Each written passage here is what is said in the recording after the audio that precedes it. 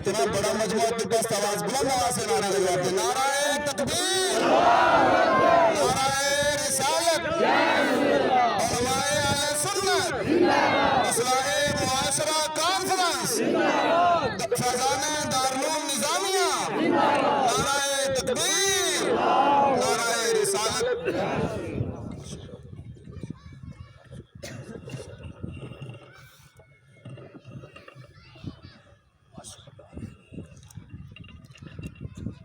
برادران اسلام، حاضرین مجلس، السلام علیکم ورحمۃ اللہ وبرکاتہ۔ الحمدللہ رب العالمین والصلاة والسلام علی سید الانبیاء والمرسلین وعلی آلہ وصحبہ اجمعین، اما بعد فاعوذ باللہ من الشیطان الرجیم، بسم اللہ الرحمن الرحیم، هل يستوي الذین یعلمون والذین لا یعلمون، آمنت باللہ صدق اللہ مولانا العظیم وصدق رسولہ النبی الامین الکریم الرؤوف الرحیم۔ برادران محترم، آغاز گفتگو سے قبل کمال عقیدت اور جذبہ احترام کے ساتھ آئیے ہم اور آپ مل کر حضور نبی اکرم نور مجسم سید عالم فخر آدم و بنی آدم جناب محمد یا ربی ارواحنا فدا صلی اللہ تعالی علیہ وسلم کی بارگاہ اقدس میں ہدیہ درود و سلام پیش کرنے کی سعادتیں حاصل کریں، اور پڑھیے بآواز بلند اللہم صلی علی سیدنا مولانا محمد وعلی آل سیدنا مولانا محمد وبارک وسلم، صلاۃ و سلام علیک یا سیدی یا رسول اللہ یا رسول اللہ یا نبی اللہ یا حبیب اللہ۔ برادران محترم، مجھ سے پیشتر محب گرامی وقار محقق عصر حضرت علامہ مولانا مفتی محمد ابراہیم صاحب مصباحی دامت برکاتہ العالیہ کی زبانی نہایت مدلل اور بصیرت افروز خطاب آپ حضرات سماعت کر چکے ہیں، اور ان سے پہلے حضرت مولانا مفتی محمد اعظم صاحب حضرت مولانا عبدالرزاق نعیمی صاحب کی زبانی بہت شاندار تقریریں سماعت کر چکے ہیں۔ موسمی لحاظ بھی آپ کے سامنے ہے، تھوڑی دیر تک مجھے بھی آپ حضرات برداشت کریں اور چند ضروری باتیں آپ حضرات تک پہنچانے کی کوشش کروں گا۔ دعا کیجیے اللہ پاک حق بولنے، حق سننے اور حق کے اوپر عمل پیرا ہونے کی توفیق عطا فرمائے۔ اب آج کی تقریر اس اعتبار سے تو ہماری بالکل منفرد ہے کہ آج بارڈر کے اوپر تقریر ہو رہی ہے۔ اس سے پہلے تو ہم وسط کے اندر تقریر کر رہے تھے، آج بالکل آخری کونے کے اندر۔ تو الحمدللہ یہ جماعت اہل سنت ہے کہ بارڈر کا ایک کونا ہو یا دوسرا کونا ہو، ہر جگہ پہ پرچم لہرا رہا ہے، تو جماعت اہل سنت۔ اور اگلی بات جو میں آپ سے عرض کر رہا ہوں، حضرت مولانا حافظ محمد اقبال صاحب، میں ان کو مبارکباد دیتا ہوں کہ الحمدللہ بارڈر کے اوپر انہوں نے دارالعلوم نظامیہ قائم کیا ہے۔ جس طریقے سے ملک کی حفاظت کے لیے آرمی کا ہونا ضروری ہے، سنیت کی حفاظت کے لیے علماء کا ہونا ضروری ہے۔ ساری دنیا آرام سے سوتی ہے کیوں کہ بارڈر مضبوط ہے اور وہاں پہ آرمی لگی ہوئی ہے، دشمن آئے گا تو گولیوں سے اس کا مقابلہ ہوگا۔ اسی طریقے سے سارے سنی ہیں، یہ ہماری قوم تو اللہ جانے بیدار کب ہوگی؟ یہ ہماری قوم سوئی ہوئی ہے، اور سوئی ہوئی نہیں بلکہ مری ہوئی قوم ہے۔ لیکن ایک بات یاد رکھیں، اس اعتبار میں سوئے ہوئے ہیں، کوئی بات نہیں، عقیدے کے اوپر اگر حملہ ہوا تو مفتی ابراہیم صاحب جیسا سپاہی ہمارے پاس موجود ہے، اگر کہیں اور پہ حملہ ہوا تو ہمارے پاس علماء کی وہ ٹیم موجود ہے جو دن رات ایک کر کے اسلام کا دفاع کرنا بھی جانتی ہے، اور ہر ایک مقابلے کا جواب دینا بھی جانتی ہے، اور ہر ایک وار کا مقابلہ کرنا بھی جانتی ہے۔ ذالک فضل اللہ یؤتیہ من یشاء، یہ اللہ کا فضل ہے، اور اللہ تعالیٰ جسے چاہتا ہے آپ کا فضل عطا فرماتا ہے۔ حضرات گرامی قدر، اب سیدھے سامنے انداز میں چند باتیں آپ حضرات کے گوش گزار کرنا چاہتا ہوں۔ دعا کیجیے اللہ تعالیٰ حق بولنے، حق سننے اور حق کے اوپر عمل پیرا ہونے کی توفیق عطا فرمائے۔ میرا رب قرآن حکیم میں ارشاد فرماتا ہے، هل يستوي الذين يعلمون والذين لا يعلمون، کہ علم والے اور بے علم یہ دونوں برابر نہیں ہو سکتے ہیں۔ یعنی جو علم والے ہیں اللہ تبارک و تعالیٰ نے ان کو درجے عطا فرمائے ہیں۔ کتنے درجے عطا فرمائے؟ آقا کریم علیہ السلام ارشاد فرماتے ہیں، فقیر واحد اشد علی الشیطان من الف عابد، کہ 1000 عابد ایک طرف اور ایک عالم دین ایک طرف، اور تب بھی رتبہ زیادہ ہوگا تو عالم دین کا ہوگا، وہ شیطان کو ڈرے گا تو عالم دین سے ڈرے گا۔ حضرت گرامی وقار، میں یہ بھی عرض کرتا چلوں، حضرت عبداللہ ابن عمر رضی اللہ تعالیٰ عنہ بیان فرماتے ہیں، مجلس علم خیر من عبادت 60 سنہ، کہ ایک وہ محفل جہاں پہ مفتی ابراہیم صاحب کی تقریر ہو، مولانا مدثر صاحب کا بیان ہو، قاری محمود صاحب جہاں پہ بیان کرے، اور یہ علماء جہاں پہ مسائل بیان کرے، حضرت عبداللہ ابن عمر فرماتے ہیں مجلس، وہ محفل 60 سال کی عبادت سے بہتر ہے۔ اور اس محفل کے بارے اللہ کے پیارے محبوب علیہ الصلوۃ والسلام ارشاد فرماتے ہیں کہ لوگوں سنو کہ جہاں پہ دین کی بات ہوتی ہو اور جہاں پہ دین کی مجلس ہو، اس مجلس کے لیے کوئی بندہ ہے مومن اگر دور دراز سے دعوت دیتا ہے، بھائی حسین تم بھی آئیے، بھائی محمد تم بھی آئیے، یعنی جتنے لوگ ہیں ان کو دعوت دینے کے لیے جو بندہ ایک جملہ کہتا ہے، ہر جملے کے بدلے میں اللہ تعالیٰ اسے 1 سال کی عبادت کا ثواب عطا فرماتا ہے۔ حضرات گرامی، یہ وہ محفل ہے جس کے بارے میں اللہ کے پیارے محبوب علیہ الصلوۃ والسلام ارشاد فرماتے ہیں کہ جو بندہ مومن تدارس العلم خیر من احیائها تدارس العلم لیلۃ خیر من احیائها، کہ رات کی ساعت من اللیل، کہ رات کے ایک لمحہ دین کی بات کرنا اور دین سمجھنا اور سمجھانا پوری رات کی عبادت سے زیادہ بہتر اور زیادہ فضیلت و عظمت رکھتا ہے۔ اللہ کے پیارے محبوب صلی اللہ علیہ وسلم ارشاد فرماتے ہیں لوگوں سنو، اللہ کے پیارے محبوب فرماتے ہیں اذا مررتم بریاض الجنہ، جب تم جنت کی بکیاری سے جایا کرو، جنت کے باغ سے جایا کرو، جنت کی باغیچے سے تم گزرا کرو، فرتاؤ، وہاں سے پھل لے لیا کرو، کیونکہ پھل تو بڑے میٹھے ہوتے ہیں نا۔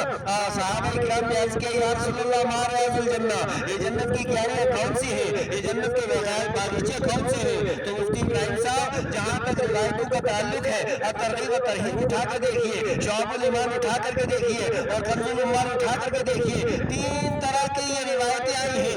آقا نے ارشاد فرمایا المساجد، یعنی جتنی بھی روئے زمین کے اوپر مسجدیں ہیں، بظاہر آپ کو یہ سیمنٹ کی بنی ہوئی نظر آتی ہے، لیکن حقیقت میں جنت کی کیاریوں میں سے ایک کیاری ہے۔ اور آگے آقا کریم علیہ السلام نے ارشاد فرمایا ہیلا تو ذکر ہے، کہ جہاں پہ ذکر کے حلقے ہو بالفاظ دیگر، جہاں پہ ختم انبیاء پڑھا جائے، وہ جنت کی کیاریوں میں سے ایک کیاری ہے۔ اور تیسرا جو آقا کریم علیہ السلام نے ارشاد فرمایا مجالس العلم، کہ جہاں پہ علم کی مجلس ہوتی ہے، مسائل بیان کیے جاتے ہیں، حلال و حرام کے مسائل بیان کیے جاتے ہیں، شان و عظمت حضور کو بیان کی جاتی ہے، وہ محفل بظاہر تو چھوٹی سی محفل ہوتی ہے اور بظاہر وہ ایک زمین کے ٹکڑے کے اندر لوگ بیٹھے رہتے ہیں، لیکن حقیقت میں جنت کے ٹکڑوں میں سے ایک ٹکڑا ہے۔ حضرات گرامی، اس مقدس محفل کے اندر ہم اور آپ بیٹھے ہیں۔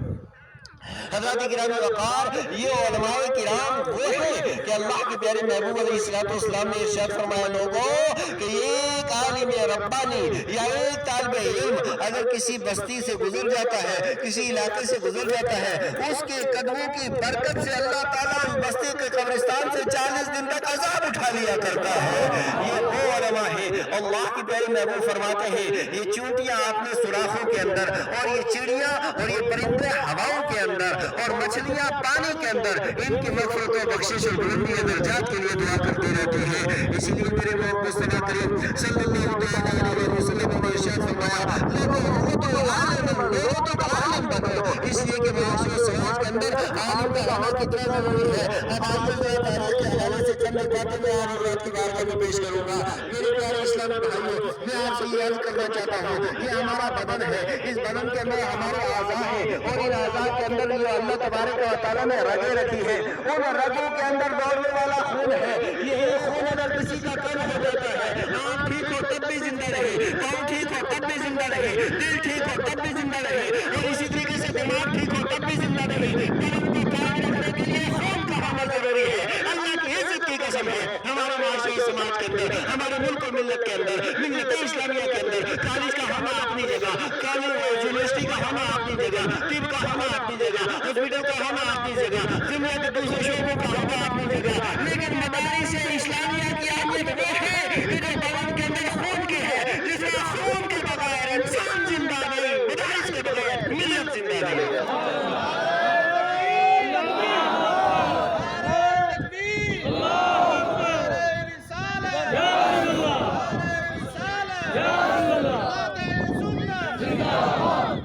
بھائی ایک بات میں آپ کو بتاؤں کہ میں آیا ہوں اس علاقے میں پہلی بار، اگر تھوڑی سی سمجھو، میں آیا ہوں اس علاقے میں پہلی بار، مجھے آپ کے مزاج کا پتہ نہیں اور آپ کو میرے مزاج کا پتہ نہیں۔ بھائی اتنی بات گزارش کر دوں کہ گھیرے بننے میں مجھے تقریر نہیں کر سکتا،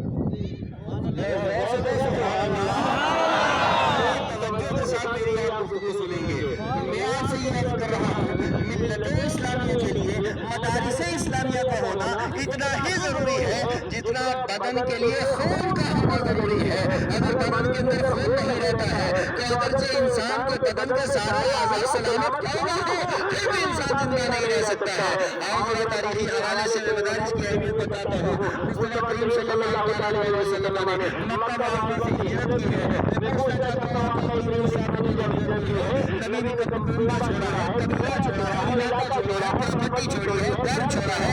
اور انسان اپنا گھر آسانی سے نہیں چھوڑتا, لیکن دین کی خاطر, اسلام کی خاطر, اس مشن کی خاطر, اللہ کی توحید کی خاطر نبی پاک علیہ السلام نے جب آپ کا گھر چھوڑا, سارا کو چھوڑا, مدینہ کو رسول تشریف لے گئے. اب شہر مکہ کے حالات الگ ہیں, مدینہ کو رسول کے حالات الگ ہیں. شہر مکہ کے اندر حقوق کے دشمن ہیں, کنبے والے دو دشمن, قبیلے والے دو دشمن, علاقے والے دو دشمن, شہر والے دو دشمن, وہاں کے قریب دشمن ہیں, وہاں کے سرکار دشمن ہیں. اور یہ دشمنی اتنی 13 سال تک نبی پاک علیہ السلام نے برداشت کی ہے. اور پھر آقا کریم علیہ السلام جب مدینہ منورہ میں چلے گئے, مدینہ منورہ کے اندر دشمن نہیں ہے, ایک اشارے کے اوپر آپ نے جان دینے والے جانثار مدینہ منورہ کے اندر,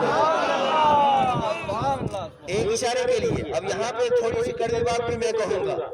آج بہت سے ہمارے پیران نظام ہیں, اللہ تبارک و تعالی ہر ایک سچے سچے پیر کے ساتھ ہمیں وابستہ رکھے, ہر ایک صحیح پیر کے ساتھ ہمیں وابستہ رکھے. یہ صحیح پیر کون سا ہوتا ہے؟ یہ صحیح پیر دیکھنا ہو حضور تاج الشریعت ہے, صحیح پیر دیکھنا ہو حضور محدث کبیر ہے, صحیح پیر دیکھنا ہو حضرت سید محمد عارف صاحب ہے, صحیح پیر دیکھنا ہو حضرت میاں بشیر صاحب رحمۃ اللہ علیہ.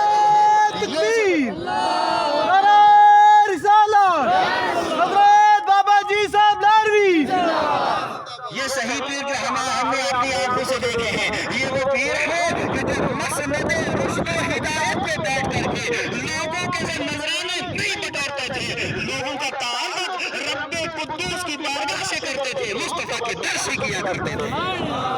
حضرت گرامی وقار, میں کہہ رہا ہوں کہ آج دیکھیے میرے مصطفیٰ کریم علیہ السلام نے شہر مکہ چھوڑا, شہر مدینہ میں حضور تشریف لے گئے. حضور کے ایک اشارے کے اوپر اپنی جان قربان کرنے والے جانثار صحابہ موجود ہیں. آقا اگر چاہتے وہاں اپنی پراپرٹی کھڑی کر سکتے تھے, حضور چاہتے بزنس سٹارٹ کر سکتے تھے, حضور چاہتے دکان بنوا سکتے تھے, حضور چاہتے محل بنوا سکتے تھے, حضور چاہتے قلعے تعمیر کر سکتے تھے. لیکن تاریخ شاہد ہے میرے مصطفیٰ کریم علیہ السلام نے نہ بزنس کی وہاں شروعات کی ہے, نہ اپنی پراپرٹی بنائی ہے, نہ اپنا قلعہ بنایا ہے, نہ اپنا محل تعمیر کیا ہے. سب سے پہلے مدینہ منورہ میں میرے آقا جب تشریف لائے, اللہ کا گھر مسجد نبوی کی تعمیر فرمائی, مسجد نبوی کی تعمیر فرمائی ہے. اب نبی پاک علیہ السلام نے ذہن دے دیا کہ لوگوں تم اپنے علاقے میں ہو یا علاقے سے باہر ہو, دیارت کے اندر چلے جاؤ, پردیس کے اندر چلے جاؤ, پراپرٹی نہیں, کوئی بات نہیں, دولت نہیں, کوئی بات نہیں, ثروت نہیں, کوئی بات نہیں, بزنس نہیں, کوئی بات نہیں, محل نہیں, کوئی بات نہیں, گھر کے لوگ نہیں, کوئی بات نہیں. سب سے پہلے اللہ کا گھر تعمیر کرنا. جب اللہ کا گھر تعمیر ہو جائے گا اور اللہ کا گھر آباد ہو جائے گا, ساری بستیوں کو اللہ تعالیٰ آباد و شاد فرما دے گا.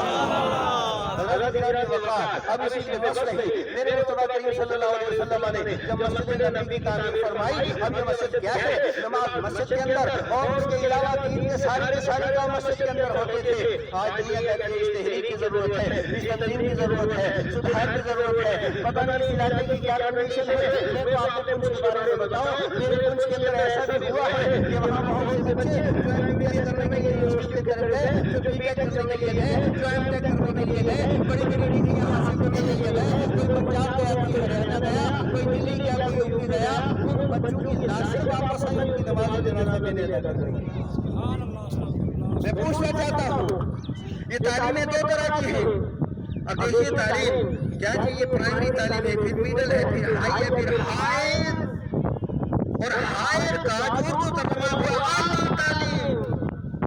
اور یہ بھی عجیب اتفاق حضرت کہ ڈرگس کا اڈا پرائمری اسکول نہیں, ڈرگس کا اڈا ہائی اسکول نہیں, ڈرگس کا اڈا میل اسکول نہیں. یہ ڈرگس کا اڈا کون سا ہے؟ یہ مفتی ابراہیم صاحب چاہے کہے نہ کہے, میں کہوں گا بابا غلام شاہ بادشاہ یونیورسٹی بھی اس وقت ڈرگس کا اڈا بنتا. اس وقت یونیورسٹیاں, یہ یونیورسٹیاں کیا ہے؟ Higher education. کالجز کیا ہے؟ Higher education. تو میں آپ سے پوچھنا چاہتا ہوں, ایمانداری سے بتائیے, تمباکو انسان کی صحت کے لیے نقصان دہ ہے کہ نہیں ہے؟ شراب نقصان دہ ہے کہ نہیں ہے؟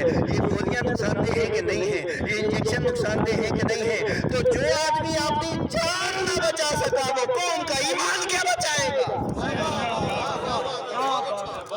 اور میں نے ایک بار کافی عرصہ پہلے ایک چیلنج کیا تھا، میں نے کہا تھا پونچھ کا ایک پرنسپل میرے سامنے آئے، ایک ہیڈ ماسٹر میرے سامنے آئے اور آنے کے بعد مجھے یہ کہے کہ میرا اسکول ایسا ہے، ایک بچہ بھی اس میں ڈرگس کے اندر انوالو نہیں ہے، ایک بچہ بھی نشیات کا عادی نہیں ہے، ایک بچہ بھی انجیکشن نہیں لیتا ہے، ذرا آئے بتا دے، کوئی نہیں آ سکا۔ اور میں نے کہا میرے پونچھ کے اندر اہل سنت و جماعت کے 80 مدرسے ہیں، میرے پونچھ کے اندر اہل سنت و جماعت کے 80 مدرسے ہیں، جہاں کم سے کم اگر سارے ملا جائے 1000 طالب علم ہمارے پونچھ کے اندر مدرسوں کے اندر ضلع پونچھ کے اندر تعلیم یافتہ ہے، اور تنہا فاروق مصباحی اعلان کرتا ہے ہمارا ایک بچہ بھی الحمدللہ ڈرگس کے اندر انوالو نہیں ہے۔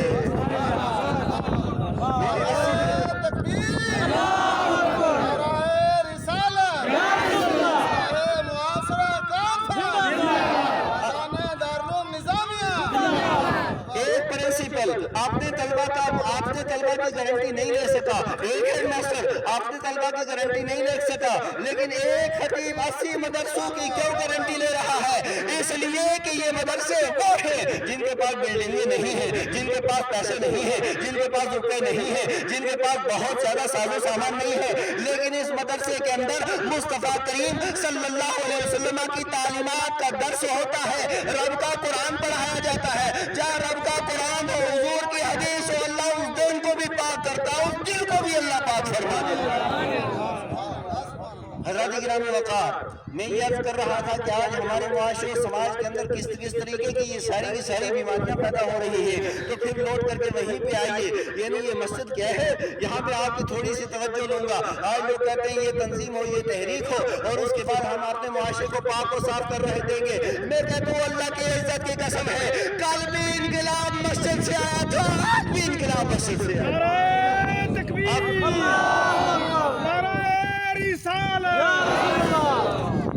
مسجد سے انقلاب کیسے آئے گا؟ کوئی کہے گا نہیں جناب والا، یہ تو اس لیے بات کر رہے ہیں نا کہ ملا کی دوڑ مسجد تک، یہ مسجد کی بات کریں گے۔ ہم کہتے ہیں ہمارے لیے آئیڈیل اللہ تعالیٰ نے محبوب مکرم کی ذات مقدسہ کو بنایا ہے، لَقَدْ كَانَ لَكُمْ فِي رَسُولِ اللَّهِ أُسْوَةٌ حَسَنَةٌ أَطِيعُوا اللَّهَ وَأَطِيعُوا الرَّسُولَ مَن يُطِيعِ الرَّسُولَ فَقَدْ أَطَاعَ اللَّهَ۔ ہمارے لیے آئیڈیل محمد عربی کی ذات مقدسہ ہے، ہمارے لیے نمونہ نبی پاک علیہ السلام کی ذات ہے، اور آقا کریم علیہ السلام نے پارلیمنٹ ہاؤس نہیں بنایا، حضور علیہ السلام نے اسمبلی ہال نہیں بنایا، حضور علیہ السلام نے کوئی اور تنظیم و تحریک کی بنیاد نہیں ڈالی، میرے آقا کریم علیہ السلام نے سب سے پہلے مسجد تعمیر کی، اسی مسجد سے سارے انقلاب ہوئے ہوئے ہیں۔ اب میں آپ سے پوچھنا چاہتا ہوں، دنیا کا مجھے ایک گھر ایسا بتائیے، ایک مکان ایسا بتائیے، ایک مقام ایسا بتائیے، ایک عمارت ایسی بتائیے، ایک بلڈنگ ایسی بتائیے کہ جس بلڈنگ کی طرف چلنا عبادت ہو، جسے دیکھنا عبادت ہو، اور سنو یہ مسجد وہ گھر ہے۔ آپ اپنے گھر سے جب وضو کرتے ہیں اور وضو کرنے کے بعد مسجد کی طرف چلتے ہیں، ہر قدم کے بدلے میں اللہ 10 نیکیاں عطا فرماتا ہے، 10 گناہوں کو معاف فرماتا ہے، 10 درجے اللہ کا فرماتا ہے۔ یعنی مسجد وہ ہے کہ ہر قدم کے بدلے میں اللہ نیکیاں عطا فرماتا ہے۔ اب مثال کے طور پہ یہ ہمارے قاری صاحب ہیں، ان کا گھر مسجد سے 100 قدم دور پہ ہے، اب 100 قدم یہ چلے اور مسجد کے گیٹ تک پہنچے، اللہ تبارک و تعالیٰ نے 100 قدم چلنے کی برکت سے 1000 نیکیاں عطا فرما دی، 1000 گناہوں کو معاف فرما دیا، 1000 درجے بلند فرما دیے۔ یہ تو مسجد کے گیٹ تک پہنچنے کی برکتیں ہیں، اور جو ہی مسجد کے گیٹ تک پہنچے مسلمانوں سنو، رب تعالیٰ ارشاد فرماتا ہے وَلِلَّهِ الْعِزَّةُ وَلِرَسُولِهِ وَلِلْمُؤْمِنِينَ۔ ہمارا اللہ عزت والا، ہمارے نبی عزت والا، اور سارے اللہ رسول کو ماننے والے سارے مسلمان عزت والے۔ وَلَقَدْ كَرَّمْنَا بَنِي آدَمَ، اللہ تعالیٰ نے اولاد آدم کو عزت والا بنایا ہے۔ عزت و وقار انسان کے سر پہ اللہ تعالیٰ نے رکھا، اور قرآن کہتا ہے وَالتِّينُ وَالزَّيْتُونُ وَطُورِ سِينِينَ وَهَذَا الْبَلَدِ الْأَمِينِ لَقَدْ خَلَقْنَا الْإِنسَانَ فِي أَحْسَنِ تَقْوِيمٍ۔ قسم یاد تلاوت فرما کے رب تعالیٰ نے فرمایا انسان کو ہم نے خوبصورت بنایا. اب یہ انسان خوبصورت بھی انسان اور پھر اس کے بعد خوبصورت بھی انسان اور رتبے اور عزت والا بھی انسان. اب یہ خوبصورت کیسے؟ ہمارے یہاں خوبصورتی کا معیار الگ ہے. خوبصورتی کا معیار ہمارے یہاں کیا ہے؟ جس کی چمڑی گوری ہے وہ خوبصورت ہے, تھوڑی سی لال ہے وہ خوبصورت ہے, ناک تھوڑی اچھی ہے وہ خوبصورت ہے. یہ ہمارا معیار ہے.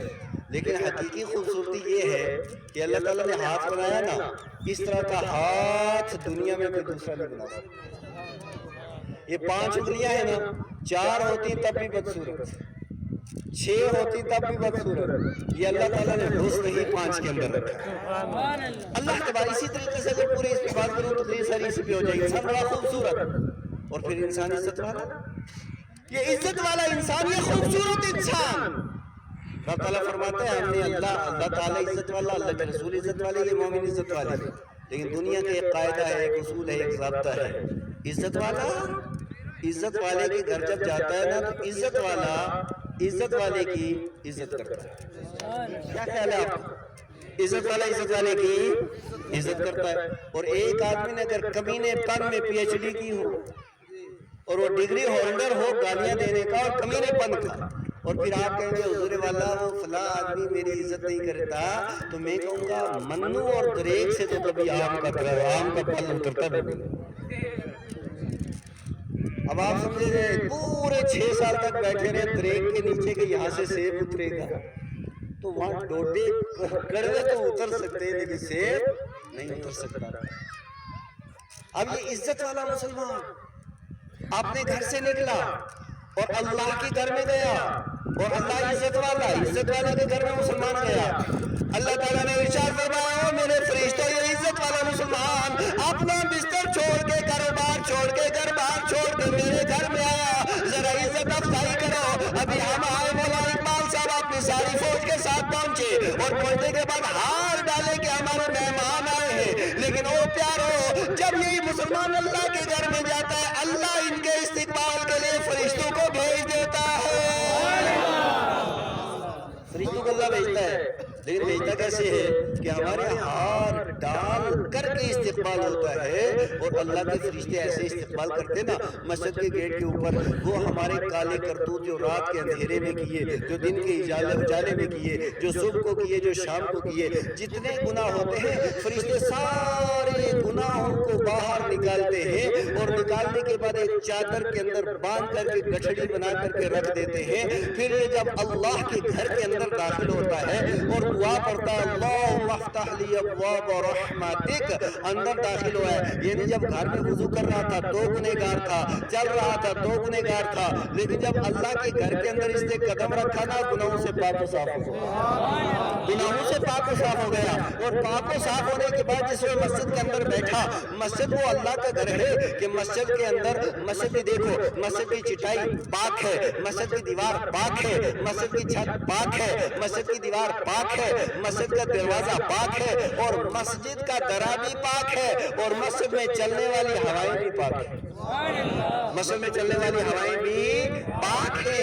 اب یہ پاکیزہ ماحول, دروازہ پاک ہے, درا پاک ہے, فرش پاک ہے, چٹائی پاک ہے, اور اس کی چھت پاک ہے, ہوائیں پاک ہے, اور اس پاکیزہ ماحول میں اللہ کے معصوم فرشتے بیٹھے ہوئے. اللہ کے معصوم فرشتے بیٹھے ہوئے. اب بندہ وہاں پہ, اب یہ مفتی ابراہیم صاحب موجود ہیں, ان سے مسئلہ پوچھ لیجئے کہ مسجد میں انسان باوضو رہے نا, وہ تسبیح پڑھے کہ نہ پڑھے, وہ قرآن کی تقریر کی تلاوت کرے نہ کرے, صرف وضو کر کے مسجد کے اندر بیٹھ جائے, نماز کا انتظار کرتا رہے, اللہ اسے سجدہ اور رکوع کا ثواب عطا فرماتا ہے. حضرات گرامی, اب اس پاکیزہ ماحول کے اندر بیٹھے, تو ایک مثال میں اکثر پوچھ دیتا ہوں, ذرا آپ کو بھی دے دوں. اب دیکھیے کہ صحبت بڑی اثر انداز ہوتی ہے. ایک آدمی جائے نا اور جا کر کے موچی کے پاس بیٹھ جائے اور اس کے ٹیبل کے اوپر بیٹھا رہے اور دیکھتا رہے جوتا کیسے بناتا ہے. 1 دن 2 دن 4 دن 10 دن اگر بیٹھے گا نا, ٹھیک ہے اسے جوتا بنانا نہیں آئے گا, لیکن تھوڑا بہت ٹانکا لگانا آ جائے. یہ ٹانکے 2 طرح کے ہوتے ہیں,